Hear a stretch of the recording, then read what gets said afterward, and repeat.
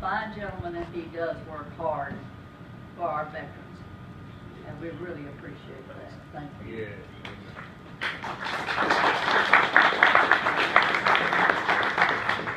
Now with great pleasure, introduce our newly elected Justice of the Peace, Wayne Mack.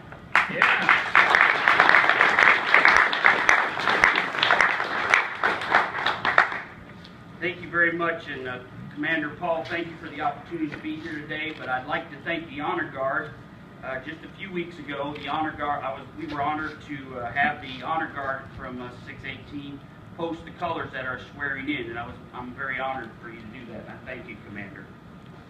We're here today not only to remember those that have paid the ultimate price today and every day, but we're here to remind ourselves that freedom is not free. I was reminded of this just 2 weeks ago, 1 week into my term as your Justice of the Peace. A young man came before us with his mother, military veteran, served in Iraq. And his mother was there to evict him from her house because Neil refused to get the mental health treatment that he needed, and as a result of that had turned to alcoholism to self-medicate the depression and the things that he was dealing with from post-traumatic stress syndrome. It was a terrible, terrible day for me to watch a mother cry as she was having to take legal action, Congressman, to evict somebody that was willing to pay the price, and in my opinion has paid a price, so that you and I could stand here today and remember that freedom is not free.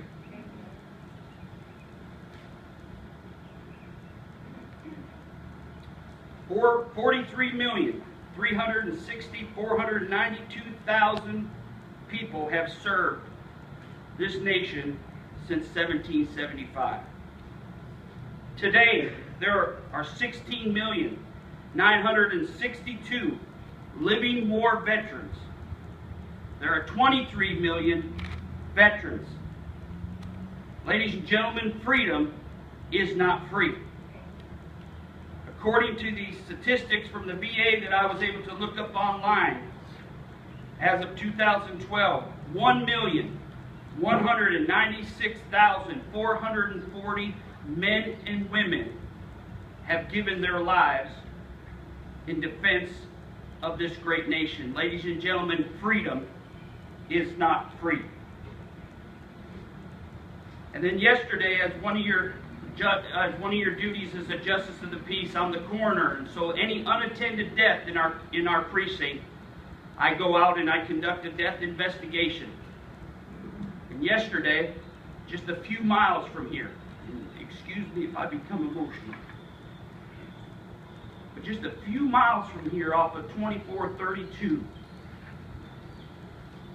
one day after his 57th birthday, a man named Tommy died all by himself. The story about Tommy was 10 years ago. The family on the property in which he was living found Tommy living behind a dumpster in Houston, Texas. And Congressman, I've given this information to Todd back here. In part of my investigation, I'm interviewing the witnesses about the victim, and all the story they could tell me is what I'm about to relay to you, that they found him living behind a dumpster and brought him up here to Willis and gave him a place to live on their property. They actually had a home they wanted to live in, but he didn't want to live in that home. He lived in a little shack. It much reminded me of a chicken coop. And he's lived there for 10 years now. Family has abandoned him because of his alcoholism, and he literally, most likely, drank himself to death. He used him as a handyman on the property there, on their property. But Tommy, the most they could tell me was the story about the dumpster, and that his family had left him And then kind of as a flippant side note, they said, and I think he was in the military.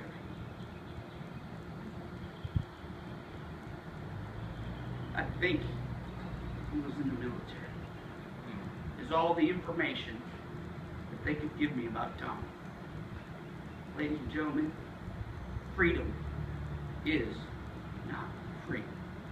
And I'm thankful, Congressman, for your distinguished career of service and what you've done for the veterans of this community. God bless you for it. But it's never going to be enough. When men and women are dying and trying to get appointments into VA hospitals. And I'm so glad to hear that you don't care if you have to triple the budget. We're going to keep our promise. Because it's an abomination to this nation. It's an embarrassment to our nation that the men and women that serve. I personally never served in the military, but my daughter and her husband are stationed right now overseas. My son graduates from high school next Friday and wants to join the Army. Like every one of you in this room, we recognize and we realize that freedom is not free. Lest we ever forget. So my prayer and my blessing to you today is thank you for your service. Thank you for representing. Thank you for getting those men and women to the treatment and the help that they need. Let's never ever lose focus of that.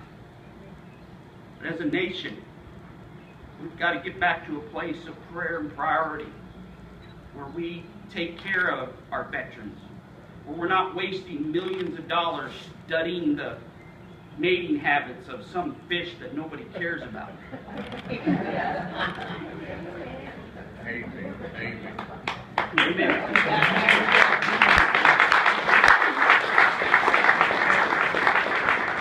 So I leave you with this thought. Kimberly Allen wrote this, and she titled this, "It's Uptime, America." I leave you with this thought. If you see injustice, stand up. If you see something that needs to be said, speak up. If you make an appointment, show up.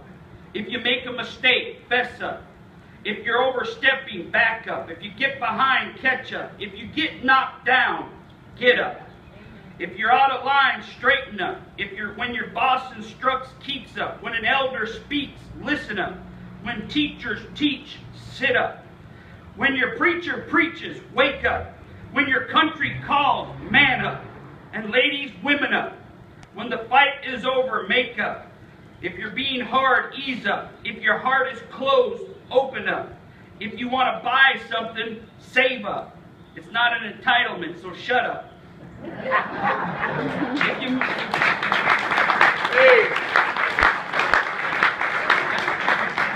you make a mess, clean it up. If you drop trash, pick it up. If you're waiting in a car, or if a car is waiting for you to walk across the street, speed it up. If you're busted, give it up.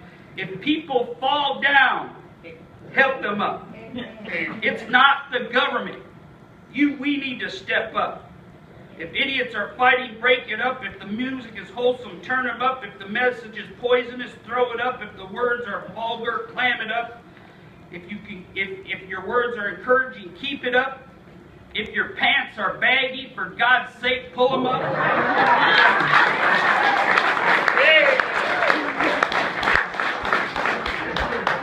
If you can't afford it, pass it up. No bailouts, folks. Let's pony up. If you made a promise, back it up.